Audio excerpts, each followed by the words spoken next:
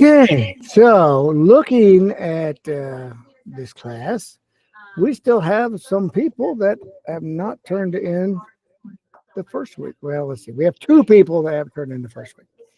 So getting behind already. It's only January 21st, and some of you are starting to get way behind already. And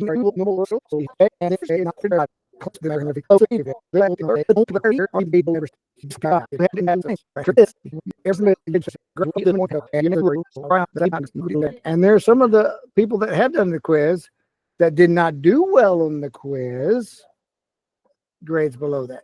Now, I don't know if I set the quiz to allow you to take that more than once. A lot of times I do, so you might check. If you didn't do well in the quiz, go look at what you missed, review the quiz, go back and look at the assignments of those questions you missed to say, what did I do wrong?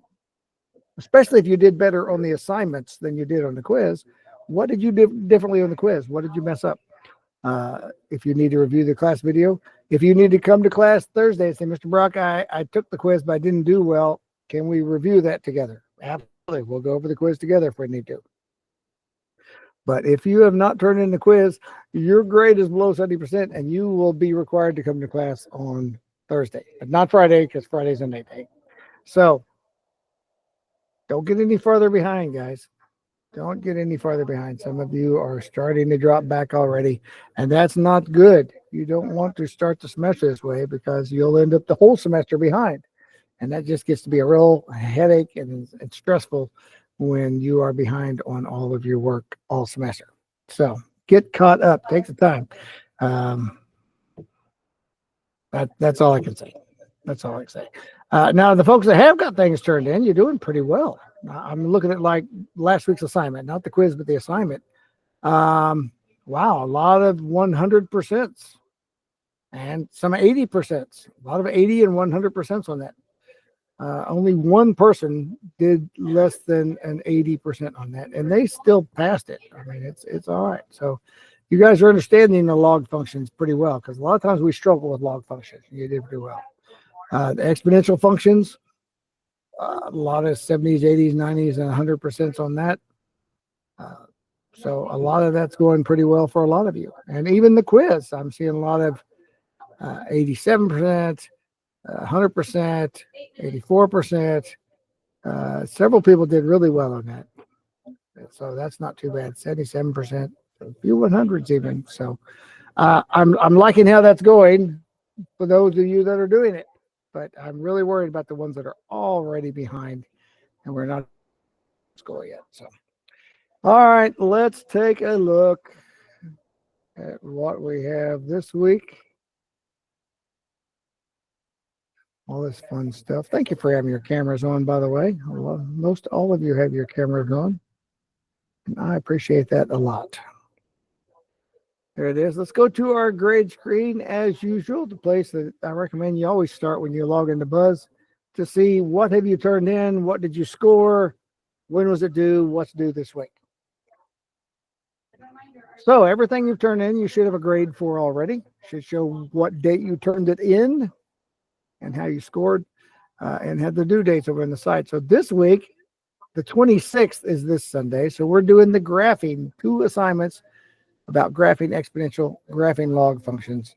So we do those together. We're going to use Desmos on that. So we can do both of those lessons during class today without worrying about it. I'm sure we can do that. These we broke up into 2 different ones, but we'll do both of these. 505, 506. But yes, if you're behind, go to the grade screen. It'll tell you what you have not turned in. And you can go back and redo that if you didn't do well. 5.05 right here, graphing exponential functions lesson. We're going to start there. Then we'll look at that assignment and then look at the graphing logarithm functions. Oh, this is the Sierpinski lesson. I remember this. Wacław Sierpinski. What a name, huh? Wacław. We don't name anyone Wacław around here, but he was a Polish mathematician over 100 years ago, back during World War I. He worked with fractals. And you're like, fractals? Yeah, fractals is a branch of mathematics. You can go go to college and study fractals, and I don't know, good luck finding a job. But still, it's one of those things. Fractals that gave us the Sierpinski triangle here. If I share this correctly, we can hear the proper pronunciation in case I'm saying it wrong, because you gotta say it correctly here. All right, here's a little right here you can hit and hear the correct pronunciation of his name. Sierpinski. Sierpinski. Sierpinski. Got a little bit of a flair to it. Sierpinski. So that is Wacław Sierpinski. So a fractal, what is a fractal? It's a geometric figure that you divide into pieces, which are very similar in shape to the original, but smaller. So squares inside squares inside squares could be a fractal. This is the Sierpinski triangle. And like I said, it was about 100 years ago when Sierpinski put this together, and we're going to relate it to exponential functions. It's kind of interesting. So let me pull this video up here, and let's spend a minute and 8 seconds checking out the Sierpinski triangle. One method of creating the triangle is by first drawing an equilateral triangle. Remove another, smaller equilateral triangle from inside the original. The vertices of the removed triangle meet at the midpoints of each segment of the larger triangle. Okay, let me pause that for a second to make sure you caught that. The way you remove this triangle is you find the midpoint, so the exact middle of each side, and that's going to be the point of the new triangle. The exact middle of each side, so that this triangle that was removed is exactly the same size and shape as the 3 blue ones that remain. And all of them are miniatures of the original triangle. So you're removing a triangle from the exact midpoints. Next, 3 more equilateral triangles are removed from inside each of the remaining 3 triangles.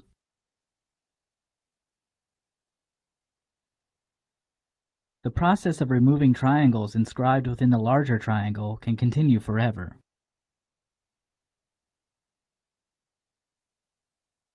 So that's the Sierpinski triangle. And like it says, that can continue forever, but it's going to get really, really small and hard to see. But you just continue removing triangles taken from the midpoints of the remaining triangles. And you're like, okay, what does it have to do with our graphing exponentials? Well, you'll see coming up here. So for this lesson, why does the average rate of change vary on an exponential function? What effects does adding a constant have? In other words, transformations. And how can exponential functions be utilized to fit existing data? So Sierpinski's triangle actually demonstrates an application of an exponential function. Remember, an exponential function is the variable located in the exponent. And the base of the function has to be a positive real number that's not 1, because if it's 1, it's just a constant line at 1. So example, f of x equals 3 to the x power. So that's what Sierpinski's triangle is. An exponential function is a function of the variables located in the exponent, and its base is not equal to 1. The exponential function being used in Sierpinski's triangle is f of x equals 3 to the x power, where x is the stage at which triangles are removed, and f of x represents the number of triangles remaining. So after the first stage, 3 to the first power is 3. The first stage, you take out that 1 triangle in the middle, and it leaves 3 blue triangles. So that's why this is an exponential function. The second stage, you remove triangles from each of those, and it leaves 3 squared, which is 9 triangles after the second one. So we got a video that's going to kind of take a look at this. The exponential function is f of x equals 3 to the x. At stage 0, when x equals 0,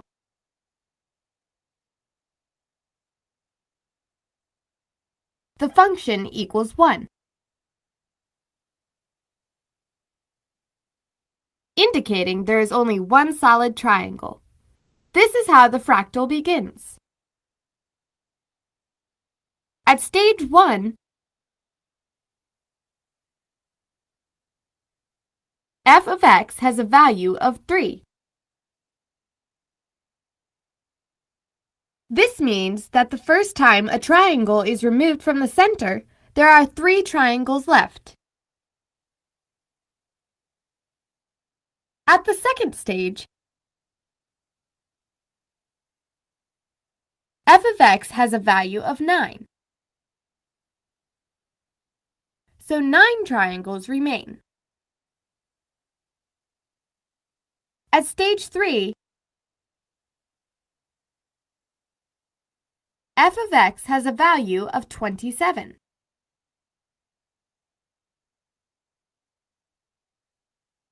So the third time equilateral triangles are removed, 27 triangles are left, and so on. And so on. So yeah, it is a representation of 3 to the x exponential function there. So that's kind of cool. So the next time when they remove 3 more, now there'll be 81 little bitty triangles and so on and so forth. Sierpinski's triangle. So it says, let's graph the exponential function demonstrated in Sierpinski's triangle. Okay. All right, so if we graph this, this is the graph of 3 to the x. Graph of 3 to the x. So we see when they're at the beginning, before any triangles were moved, we have one large triangle. And then when you get up to where the first stage of Sierpinski's triangle, it moves it. Now there's 3 triangles left. And then the second stage, there's 9 triangles left, and so on and so forth. And quickly it becomes a very large amount of triangles as it goes up. By the 5th triangle, by the 5th stage, we've got 243 triangles. This is the 5th time we do that. Where's it at? There it is. By the 5th stage, we have 243 triangles. So it's going to increase really quickly as Sierpinski's triangle comes along there. So there they put their little graph of the same thing. So when you look at that, it says the domain, which is all the x's, is all real numbers, right? This will go forever. This direction, it goes forever to negative infinity. And this will keep going to infinity, but it's going to go up even faster. But it'll eventually make it all the way down here. It's just going to be up in the millions or bigger by the time it gets there. But that is the domain. Now, what is the range of this? Well, when we look at it, we see this goes to infinity for the y's, but how far down does it go? I don't see any negative y's. I don't see any negative y's at all. It looks like it comes down here and just sits on 0, but it doesn't. It actually, if we zoom in, see right now it says it's 0, but if we zoom in, let's see how far we can zoom in here. It still thinks it still thinks it's 0. Well, let's keep going in there. If it keeps thinking 0, still think it's 0. Yep, still thinks it's 0. You have to go up and click the little highlight. Oh, now it's not 0 anymore. We've zoomed in enough to where it's now, see that 1.03924 times 10 to the negative 91, that's scientific notation. That means it's actually 0.00091 zeros and then 1.03924. So that's how small of a number it is. It's 0.91 zeros and then that 1.03924. So it's a very, very small number. This never actually, get back out there. It actually never does touch the 0. It looks like it, but it is actually 0 is an asymptote. 0 is an asymptote. It'll never touch the 0. So the range is y is greater than 0. Even when it's 0.0000091 times 0.1, it still does not equal 0. And so that is the range of our formula. So the domain is all real numbers, but what's the range? Well, when x is -5, it's 1 over 243. When it's -4, it's 1 over 81, -3. See, as the numbers get more negative, the bottom of our denominator gets larger. 1/3, 1/9, 1/27, 1/81, 1/243. But it'll never equal 0 because there's always a 1 on top. So the range is y is greater than 0. So it has what we call an asymptote. Asymptote is a very cool word in the fact that, oh, here, let me emphasize this because it's the only one I'm aware of. Asymptote is the only word that is unique to mathematics. All the other words that we use, you can use them in other subjects too, and there's other meanings that mean, that can be useful. But asymptote is truly just a math word. It only means something in math class. Interesting. Just find one of those little trivial tidbits like that. Kind of cool. It's a unique math word only. You found it? Okay. So I put that back up there. We define an asymptote as an imaginary line that the graph of a function approaches more and more closely, but graphs will never cross a vertical asymptote. They could cross a horizontal asymptote or oblique asymptote. It's possible that they could cross them over, but it's a line that the function approaches more and more closely the more it goes. So, all right, so let's look at some more exponential functions while answering these questions below. So imaginary lines that a function or equation approaches are called asymptotes, and since the y coordinates of this function approach 0, there's a horizontal asymptote. All right, so this wants us to look at exponential functions when the base, let's look when the base is greater than 1. Okay, so we can actually put that here in Desmos and look at it this way. If we have b to the x power. Now, when b is 1, this is just a horizontal line, right? Where y equals 1. 1 to any power is just 1. But if it gets bigger, okay, b is 2. This is 2 to the x power. This is what the graph looks like. Notice it crosses down here at x equals 1. I mean, y equals 1. When x is 0, y is 1. And it goes up like this. If we make it larger, now b equals 5. So this is 5 raised to the power of x. Still crosses at 0, 1, because any number taken to the power of 0 equals 1. Any number. So this is always going to cross here at 1. But notice how much more steep it is. And as I raise the number, it gets steeper and steeper and steeper. Got it all the way up to 10 now. We can make that even bigger if we want to go to 20. Let's go from 1 to 20. How about that? Steeper and steeper and steeper, all the way up to 20. Right. So the larger that number is, the steeper it is. So that's what they're illustrating here. If we have a number that is larger than 1, the larger that number is, the steeper it gets. Now let's look at a base that's between 0 and 1. Okay, so we're going to change this to be 0, and the largest would be, let's say, 0.999. Between 0 and 1. Look at this. The closer it gets to 0, well, 0, it doesn't exist there. See, there's 0.02. 0.02 raised to the power of x is really, really steep the other direction. It's coming down really fast as the x gets larger. But the closer this gets to 1, look how less steep this is. Less steep. The closer it gets to 1, the more flat this exponential graph. But notice, when it's between 0 and 1, it comes down. When this is larger than 1, it goes up.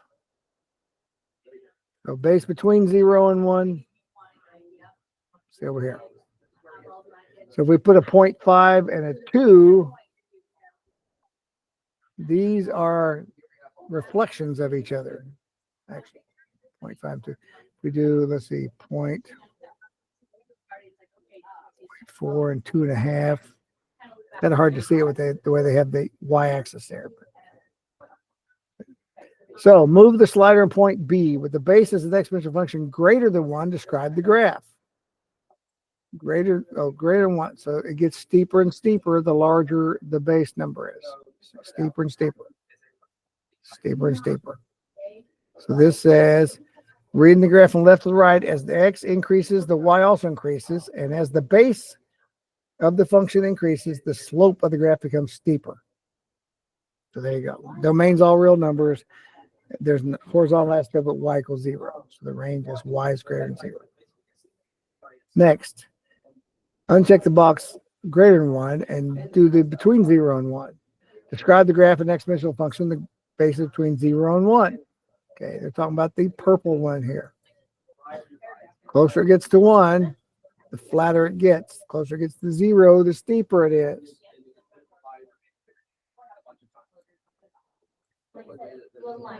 So it says as the x coordinates increase between 0 and 1, the y coordinates decrease, gets less steep. As the base of the function increases, the closer it gets to 1, the slope becomes flatter, less steep, and still has the same domain and range. What happens to the graph when the base is 0? Okay, let's take it all the way down to 0. Look there. 0 to the power of 0, it must be 0. 0 to the power of 1, 0 to the power of 2, it's all 0, but it doesn't exist from the negative end. The graph does not exist when x is a negative number. The graph is a ray on the x-axis from the origin going right. Starts at the origin, goes right. 0 raised to any positive exponent results in 0, since 0 times anything is 0. And when it's a negative, you got to remember our rules about a negative exponent. It's a positive exponent if you write 1 over that same number, and 0 in the denominator does not exist. That's why the graph does not exist. What about with the base is 1? It's just a line, because 1 raised to any power, 1 to the 10th, 1 squared, 1 to the 5th, 1 to the 138th, just equals 1. So that's why exponential functions can't have a base of 1, because it's not exponential anymore. It's linear. It's a line. All right, page 2. That was a lot on page 1, wasn't it?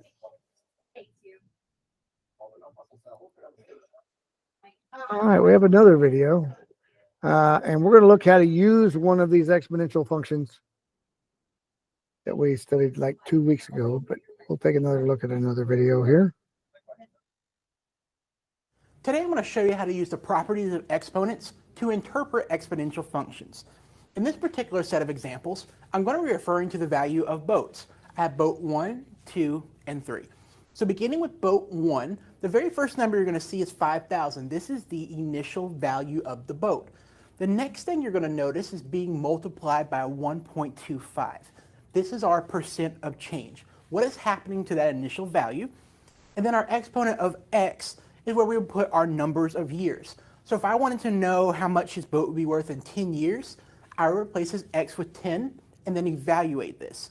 So what else can I tell about boat 1? Well, we know, like we said, the initial value is 5,000, but it's being multiplied by 1.25. What does that tell us in terms of percentage? The number is greater than 1, so it is keeping its value, but it is gaining 25% in value. So if I were to classify this, I would say that it is increasing. So boat number 1 actually is increasing its value year after year by 25%. Now looking at boat 2, same thing. Notice we have the initial value first. It is a value of $4,000. Here our percent is 0.40, our percent of change, and we have the x for our number of years. Now the difference between these two, you'll see, is that this one is greater than 1 and boat 2 is less than 1. So what does that mean? It means that we're going to keep 40% of our initial value. So we know our percentages go up to 100. So if I keep 40, that's also saying that I lost 60.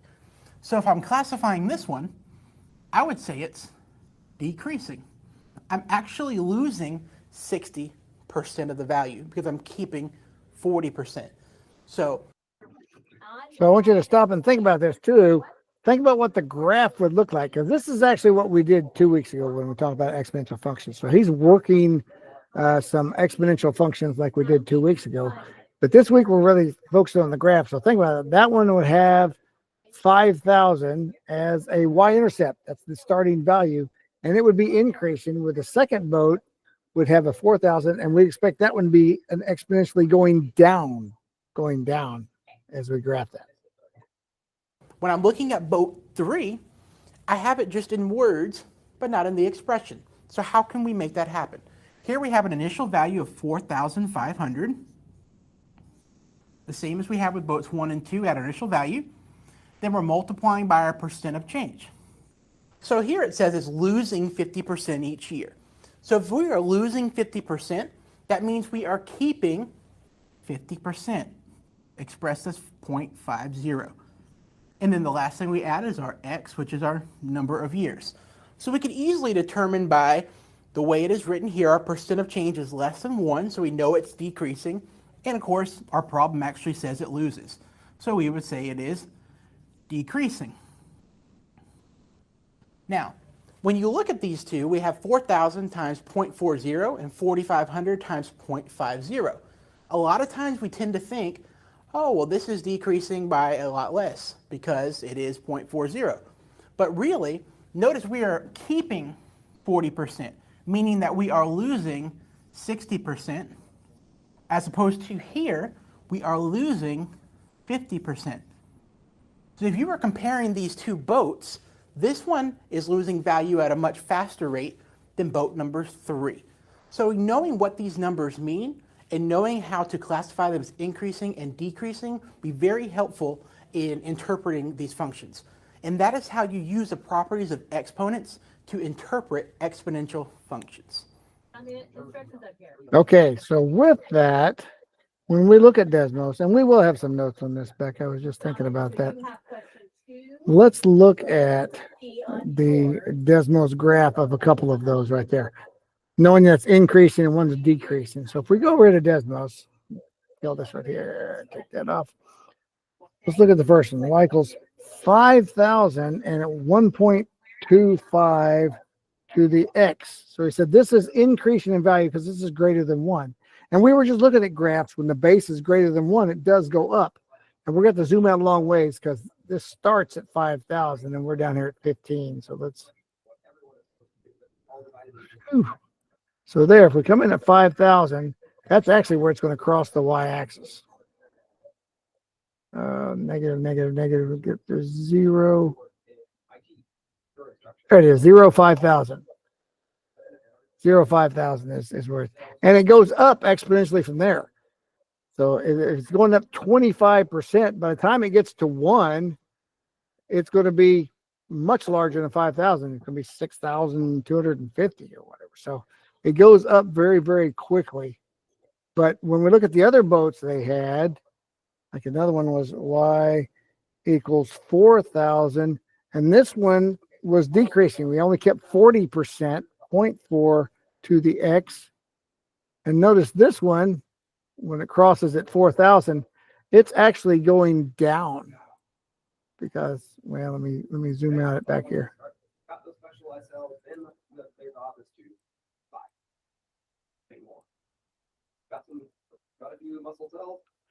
See, this one, the purple one's coming down.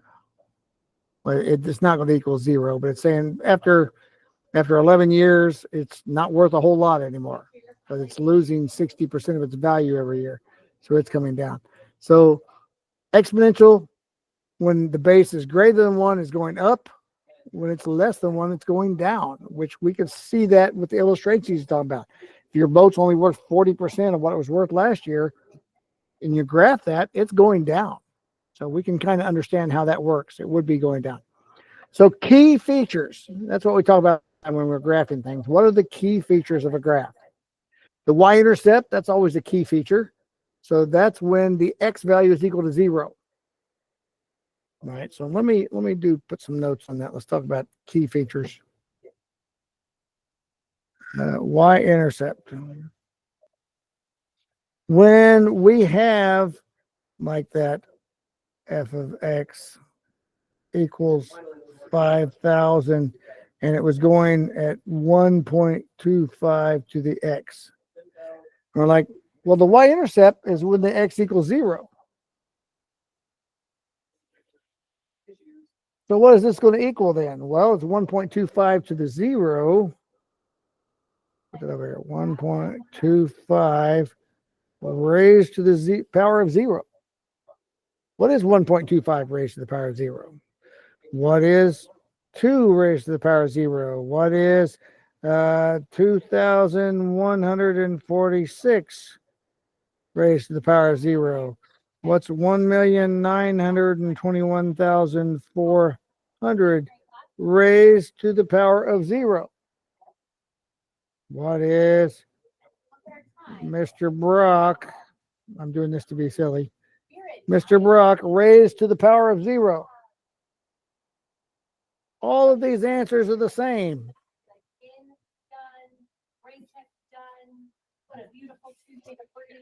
Anything raised to the power of 0 equals 1. Anything. 1.25 to the power of 0. So when this is 0, this is 5,000 times 1. So that means at the very beginning, when no time has passed, it's still worth the original amount because 1.25 to the 0 power is 1. So don't forget that. At the y-intercept, it's going to equal whatever this starting amount is, regardless of what number is in here as the rate. Doesn't matter what that number is. At 0, it's going to be whatever this is, because anything to the 0 power. And if you need to test that, let's see. Let's put in 1,921,400 raised to the power of 0, and it equals 1. So anything to the power of 0 equals 1. So that's the y-intercept when the x value is 0, and since they're exponential functions, any base taken to the 0 power is equal to 1. And then we look at the end behavior. Is it going up to infinity, or is it going down to a specified value, the asymptote? So we're going to use, for this discussion, see, it says a to the x equals b to the x plus k.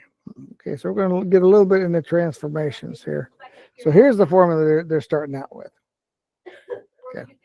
A of x equals p. P is the starting amount, the starting principal, or whatever you're going to say, the starting value, what you start with. B is the base of our exponent. And then plus k, this is just a transformation. So let's see what it says here. If p is positive. Okay, so if p is positive, whatever amount we're starting with, we've got some kind of value, 5,000 or 8 or whatever the number is. If the base is greater than 1, then our graph is going to look like this. And it's going to have an asymptote at k. Asymptote at y equals k. Because whatever k is going to raise that asymptote or lower that asymptote, whatever it is, if the base is larger than 1. If it is less than 1, then it's going to be one of these functions, again, with an asymptote at y equals k.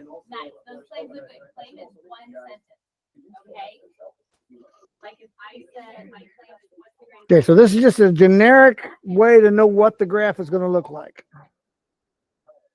And then we'll have p is negative. So down here, p is negative. Okay, so if p is negative and the base is larger than 1, or the base is less than 1. So we look at our little cheat sheet there. If it's less than 1, we'll say hey, we have this y equals k line again. It's going to go down like this.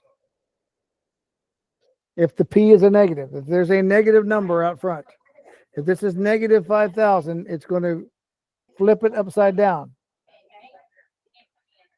And over here, and let's just for variety make y equals k up here. Just it doesn't matter what the k is. Y equals k. This is going to go up this way. I don't have that curve exactly right, but anyway. So generically, exponential graphs are either going to go up like this, down like this, or they could be upside down, where they're going towards negative infinity or from negative infinity. But either way, they'll have that asymptote wherever y equals k is.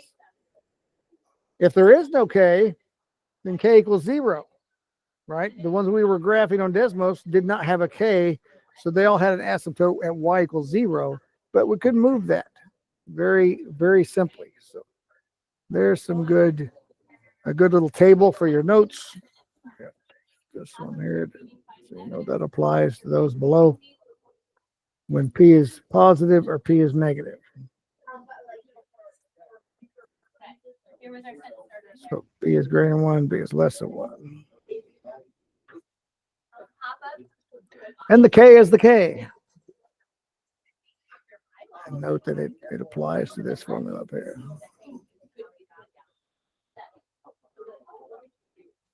All right. And that's right here on this page as well. So if you're copying that, didn't get all that. Page 2 has this, what is positive, negative. And we look at this. Let's take out this really crazy huge number. Let's just make it 5 and 4. All right. So it's down here as a reasonable numbers. But this, see, the asymptotes are at y equals 0. If we put a plus k on there, we'll put this at a plus 4. Oh, sorry. Now the asymptote's at 4. Look, it's getting closer and closer. See, that's this line here. 4. Now that's the asymptote, 4. If we do this one at the other one at -2, let's make our k a -2. Look, that is now the asymptote. It's getting closer and closer to -2. So that k at the end is equal to the asymptote. Y equals k. Nice little cheater there. So describe the y-intercept and end behavior of the following graph. We have a y-intercept of -1. The left end of the graph goes towards infinity. The right end approaches the asymptote of y equals -2. Check your work. The y-intercept 0, 1. The graph starts up on the left, decays downward, and gets close to y equals -2. So up on the left, approaches the asymptote of y equals -2. The average rate of change. Okay, the average rate of change is just the slope, right? So like if we had 9x, that's linear. If Juan makes $9 an hour, however many hours he works times 9. Let's change this. So y equals 9x. That's linear. If he works 1 hour, he gets $9. He works 2 hours, he gets $18. He works 3 hours, he gets 27. The rate of change or the slope is the 9. But what about an exponential function?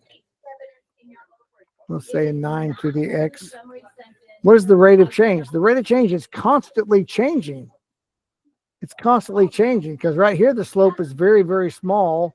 But as we get here, now the slope gets steeper and steeper and steeper. So the average rate of change can only be found between 2 points. But anywhere on the graph, we can't tell what the rate of change is. What is the rate of change right there? I don't know. It's different. That's calculus. Calculus, you'll actually get in the calculus class, you will figure out what those rates of change are. But in this case, we say, what is the rate of change between 0 and 1? Let's say that. I'm going to change this graph to where it does all the ones, but doesn't put the minor ones in there. Okay. Well, let's change this to like a 3, something more reasonable. So let's say, what is the rate of change between when x is 0, all right, and when it's 2? Oh, not x, 2.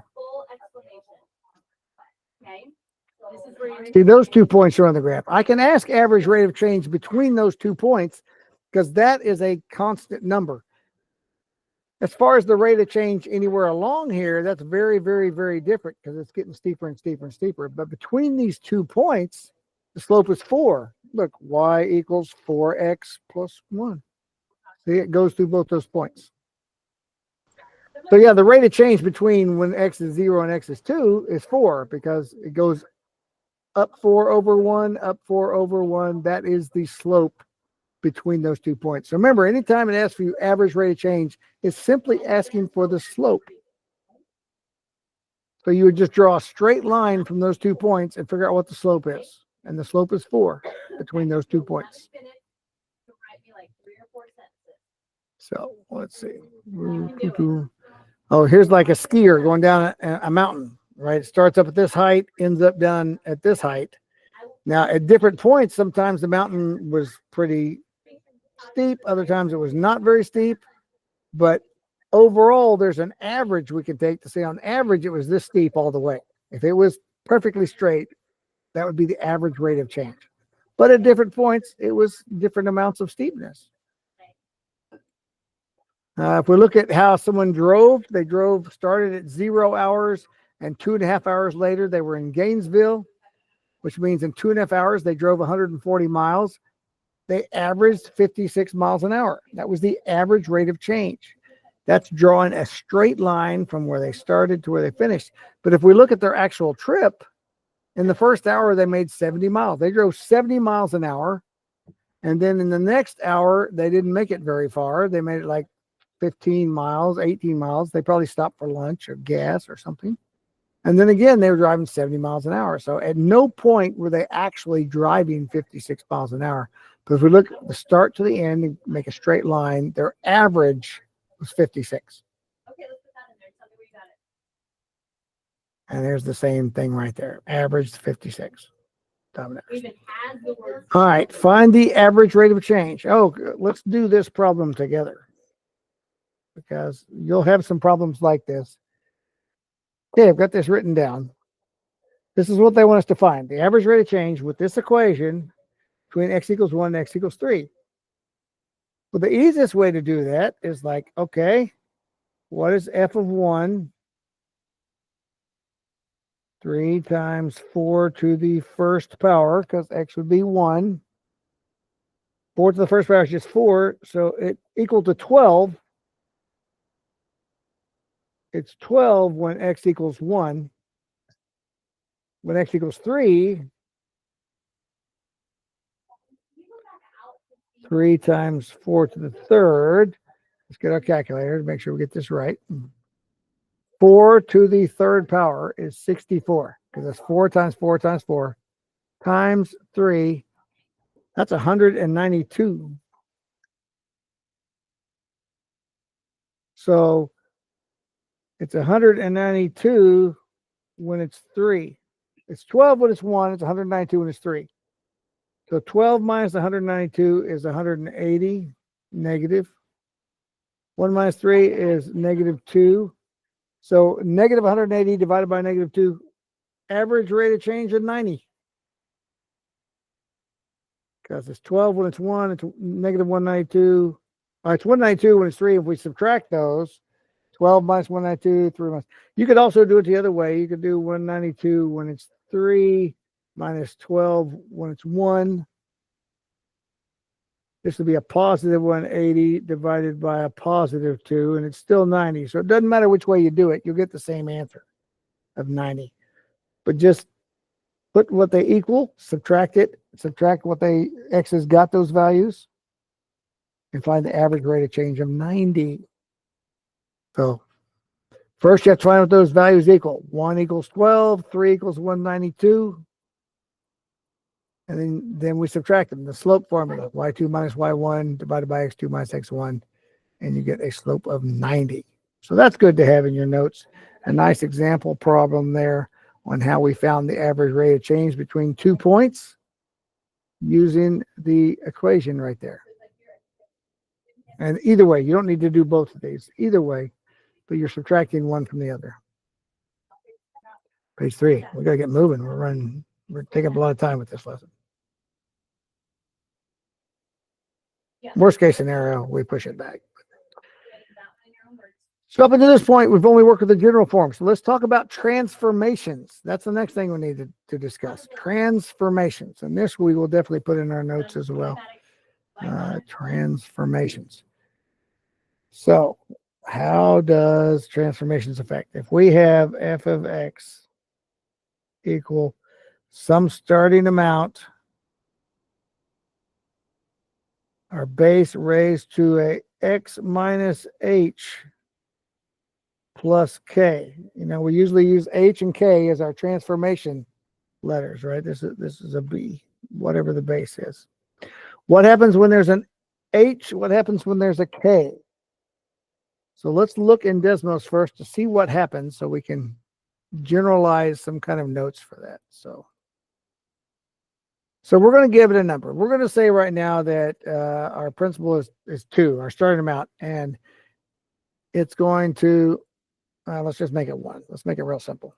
And it doubles, and we're going to do x minus 0. We're going to make h0 right now. And our k is going to be 0. So this is h and k at 0, right? We can see that. It's just a 1 out front. It's doubling x minus 0, k is 0. So we're going to copy that, make a second one. What happens if we change h to be 1? Or 2? Or 3?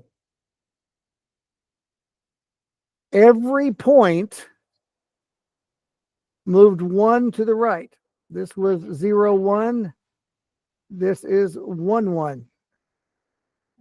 This is 2, 4. If I can get on it. 2, 4. This is 3, 4. It didn't want to go in here. I'll do it this way. 2, 4. And 3, 4.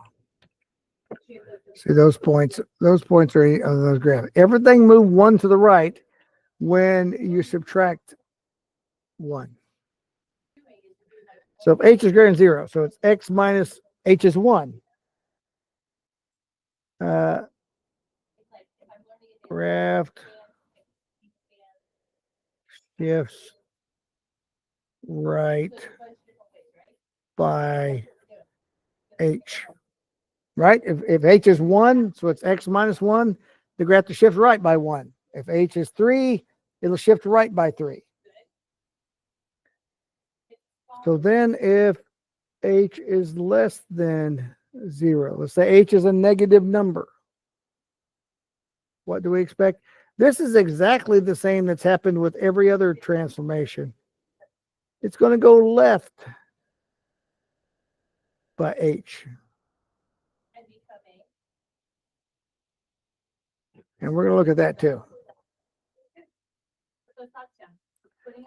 So if it's negative 1, negative 1. So I put negative 1 in there to where we can see it's less than 1. And now it's over here. It's at 1, 4. It shifted left. Everything shifted left. The point that was 0, 1 is now negative 1, 1. Everything shifted left because this is a negative. Now, generally, if this is a negative, though, you won't see x minus negative 1, right? You'll see x plus 1. You'll see x plus 1. But that is x minus negative 1. But that's what you would see if I gave you a problem. It wouldn't say x minus negative 1. It'd say x plus 1 because that's the same thing. That's the same thing. All right, so now let's look at changing k. All right, we're going to go back to x minus 0. So we're back on our original spot. But we're going to change k to be plus 2.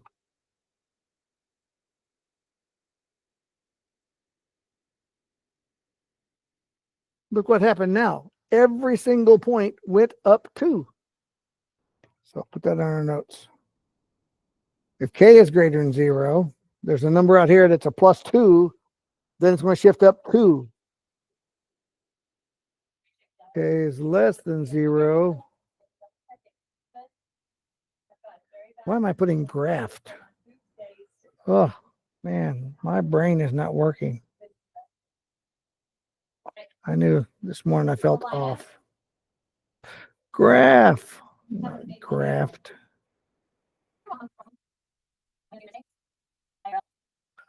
So if k is less than 0, the graph's going to shift down by k.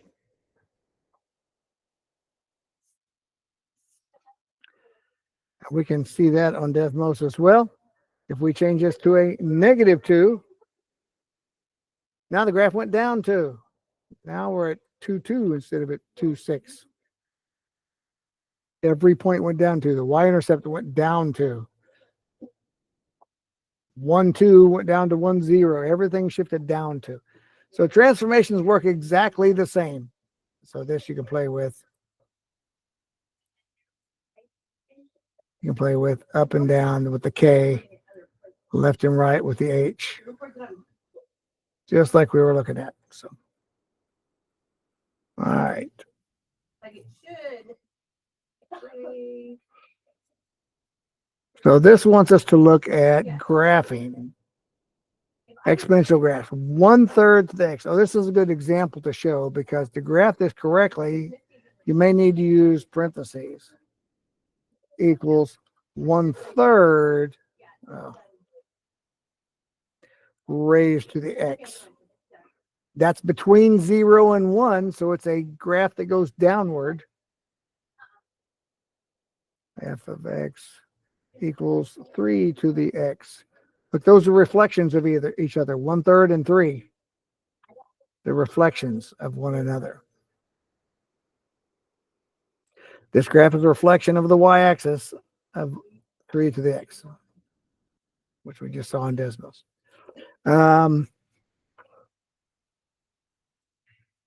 Here is 2 to the x plus 1.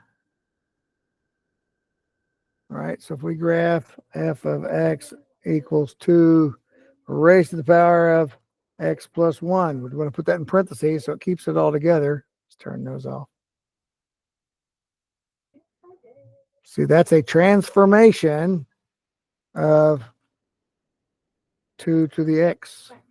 But everything shifted 1 to the left because of that negative 1. 1 to the left. Been shifted over. 2 to the x plus 1. That's going to go up 1. That's a k, right? So we see that everything shifts up 1. We were just looking at that on the other screen. And then the last one is, they showed x left and right, k up and down, just like we have in our notes. All right, let's look at page 4, see what else they're going to throw at us here. Oh, fitting functions to data. Okay, so finding best fit. Okay, so this is something interesting. Sometimes we've got data and we don't know what the function is. And so this is going to have us play with this to figure out what is best. So we got these 5 points. 5 points, right? -5, -1. So let's move these points, A, B, C, and D, E, to those points. -5, -1. So where's -5, -1? That is right there. A is now on -5, -1. Then our next point is -2, -1. -2, -1 right there. Then we've got the point 0, -2. Right there. 1, -3. I missed it. Right there. And the last point is 2, -5. 2, -5. Now we see that kind of looks like an exponential graph, but can we come up with an equation to make that match? So let's change our base to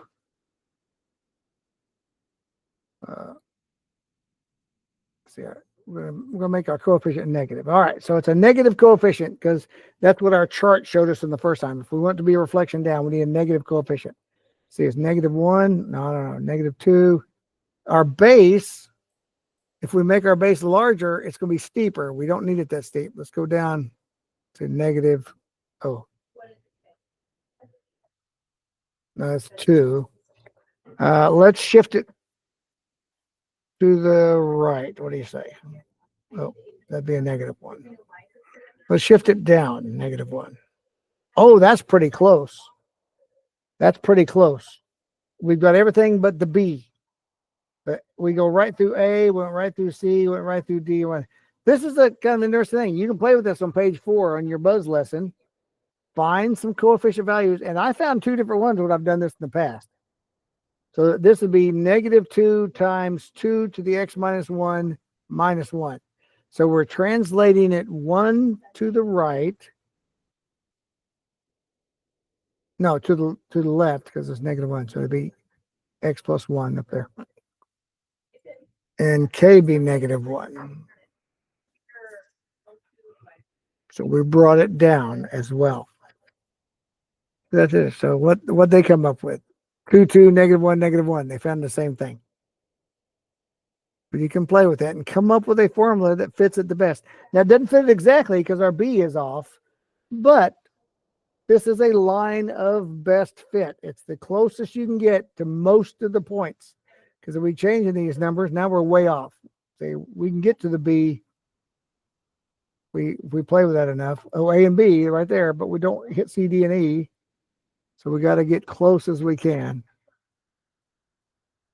Oh, let's see there. If I raise it up 1. No, that doesn't work. Stick with our numbers we had. Right there. Let's look at page 5. A miniature course just for you. So you just won a miniature golf course thanks to a contest you entered. But you're going to learn that running that's not as easy as making sure the windmill's turned on. You have to set the prices based on the market. The arcade needs maintenance. The concession stand needs to order food supplies. The list goes on and on. And each of these demands can be represented by a function that reflects the profit. So if you set the prices at $5, then 5 times X would be how much money you get, 5 times every person. But you want to develop a way to account for everything together so you can just change things and see it happens. So combining functions algebraically. So let's take a quick review if we had f of x and g of x. Right, f of x is 2x plus 8, right? And g of x is x plus 4. So we can add these functions together and come up with a function. We can subtract functions, come up with a function. We can multiply them or we can divide them, right? That's the 4 things we can do with functions. We can add them, subtract them, multiply them, divide them. We could also insert one inside the other one, but we're not looking at that right now. But we can do that with these functions. So how does this affect exponential and log functions? So if we have 2 to the x and x plus 4, we can also do those things. We can add them to the x plus 4. We can subtract them. We can multiply them. We can divide them. 2x divided by x plus 4. So let's start analyzing this golf course. Now we talked about the tickets to be 5x, $5 for every ticket. So more visitors mean more money, but also more trash. So the trash removal we figured out would cost us 50 cents times a race of 1.1 to the x. So every person that comes in is going to cost us 50 cents and more trash exponentially 1.1 to the x. So if we can combine these, how do you think they would combine? Subtract, because this is profit, 5x. This is cost for picking up trash. So we'd subtract them. So we could say 5x minus 50 cents times 1.1 to the x. And so if we had 40 visitors, let's take a look. 40 visitors, 5 times 40 would make $200, but it would cost us, the 1.1 to the 40th power is 45.26 times 50 cents. It would cost us $22.63. We'd end up with a profit of $177.37. If we had 70 visitors, now we're taking this to the power of 70, and that equals $789.75 times 50, which means, look, we brought $350 in, but we spent $394.87 picking up trash. We actually lost $44.87. So we don't want 70 visitors. Maybe charge more, we'll have less people come in. 40 visitors, nice profit. 70 costs us too much. And here is a graph. If we look at the graph of this function, we can see we make the most money at about 45 visitors. Oh, maybe close to 50 visitors. This is 40 and 60. So about 50 visitors. But after that, we start quickly losing money because there's so much trash to pick up. It costs us more to pick up the trash than what we make on profit. You can also look at this. A recent boom in birthday parties has multiplied the cost of trash that's removal to 2x. So now if it's 2x, the cost of trash removed by the function g of x equals 2x. So the function gx is multiplying the cost. So we combine it with the r of x to get x times 1.11 to the x, because 2 times 1/2 is now just $1. If there's 16 visitors, it's going to cost $73 to have the trash removed.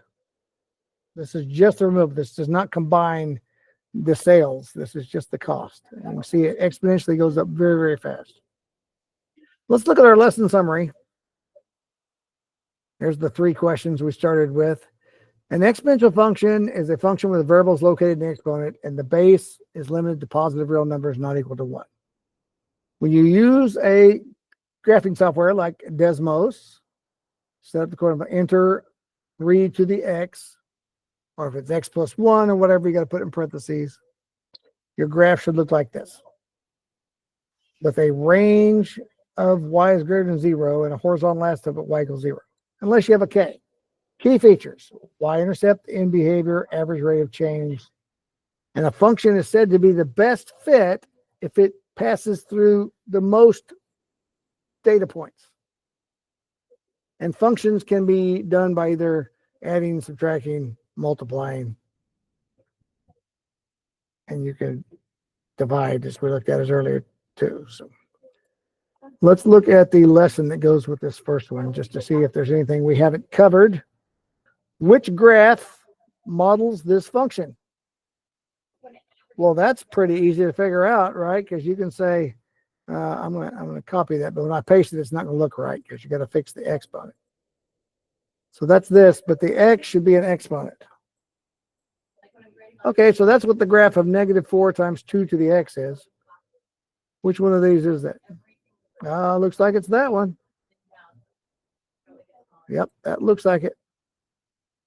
Giving the parent function 2 to the x, which shows when we add a 1 on the end, k becomes 1. What happens? Does it go up? Does it flip upside down? Does it go down? Or does it go up to about 1.5 when k equals 1? Okay, that's not too bad. Let's see. The boat's value is given as the function 400b to the x, but which graph shows the boat decreasing 25% per year, which means we remain 75%. So it'd be 400 times 0.75 to the x. You got to zoom way out, right? Because 400 is way up here. But it's losing 25%, so it keeps 75%. So which one of these graphs shows that? Both of these start at 400, but where is it like at 3? Is it way down here about 50, or is it up here about 160?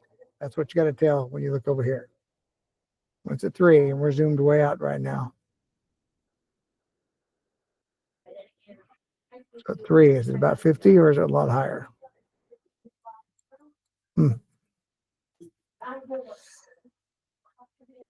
Okay. Describe the y-intercept and end behavior. Well, y-intercept should be able to look right there. So we can rule 2 of them out right away. So the graph either approaches -6 to the right or the graph decreases to the left.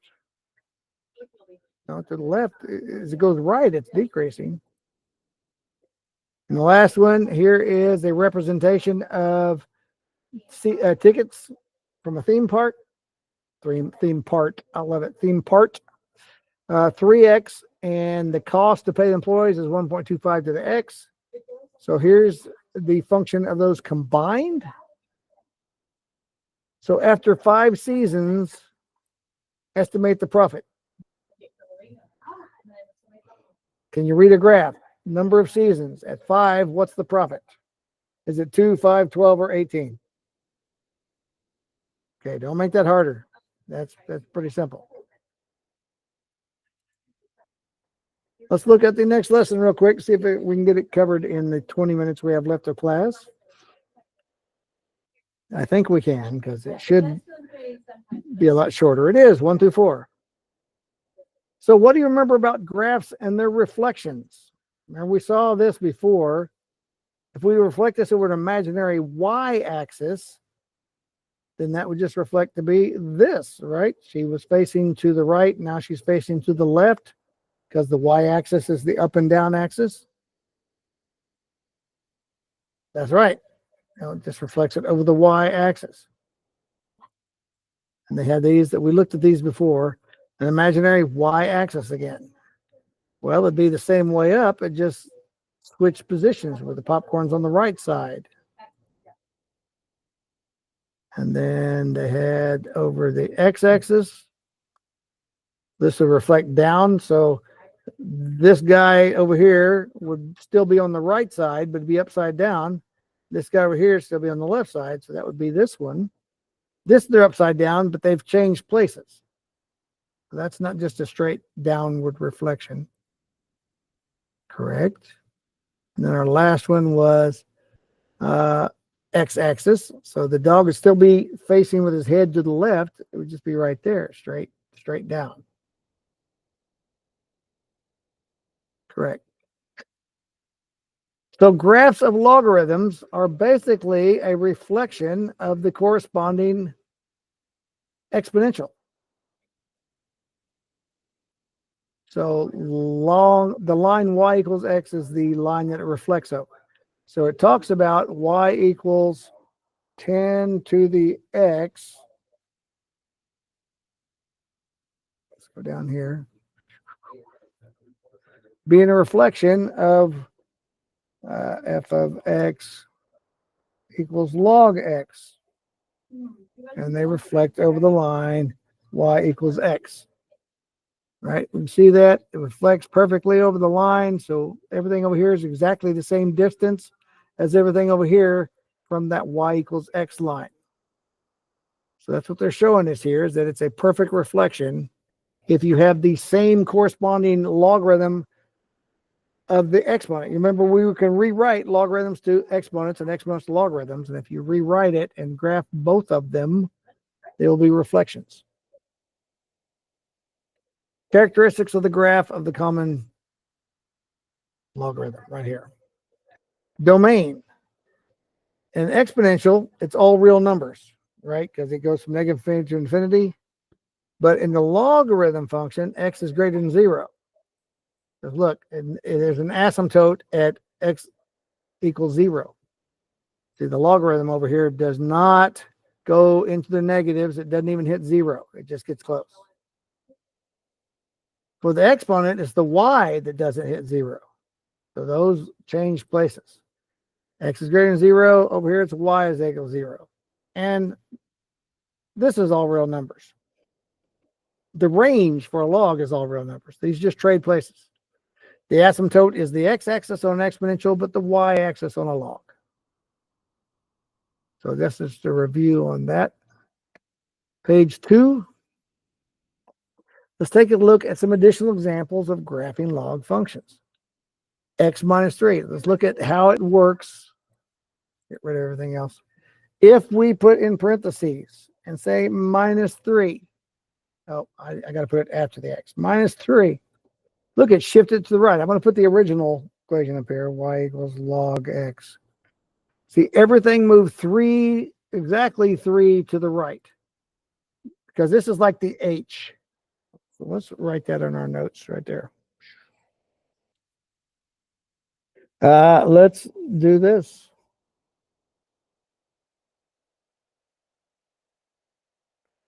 Same. Works the same. X minus H. If H is 3, it's going to shift right by 3.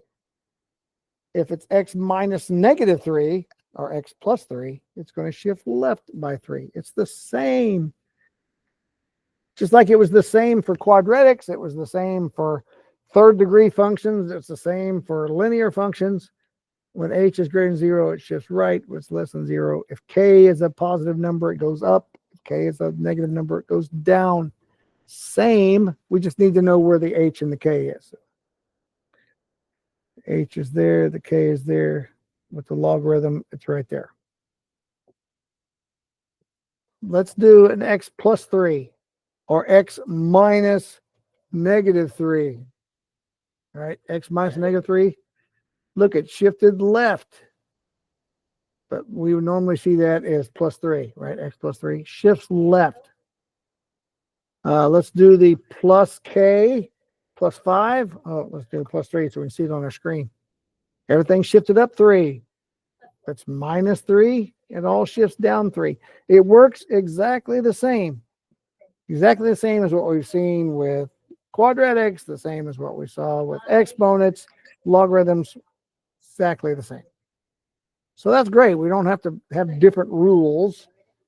We can see it does exactly what we thought it would do. Shift to the right when H is 3. So X minus 3. And you may notice the y-intercepts get really close to y-axis, but they do not have a y-intercept. Do not have a y-intercept. The only way to get a y-intercept, let's see. The only way to get a y-intercept is with the transformation, right? If we put plus 1, now it's got a y-intercept. Now it's got a y-intercept. Lesson summary. So a logarithmic function is the inverse of an exponential function. And you can see that in its reflection.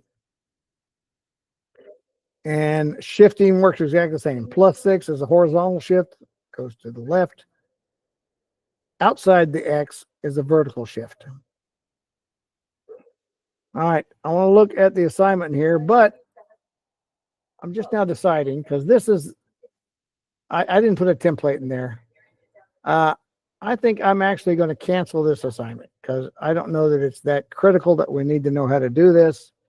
But the assignment is actually found at the end of the lesson on page 4.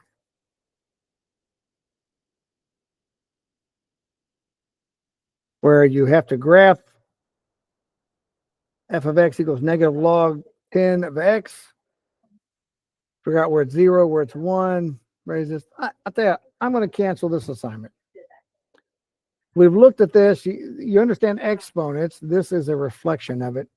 Yeah, I'm going to cancel that. So I'm going to go in and excuse that for everybody. Just because I don't know that that's really critical that we do over that. So I'm going to do that. I will give you a break there because I want to. And I don't think we actually just have to have that exactly. But anyway, we finished with 10 minutes to go. We're basically done for the week. We've gone through our 2 lessons. You've got your 1 assignment, and we'll see you Thursday or next Tuesday, whichever applies for you.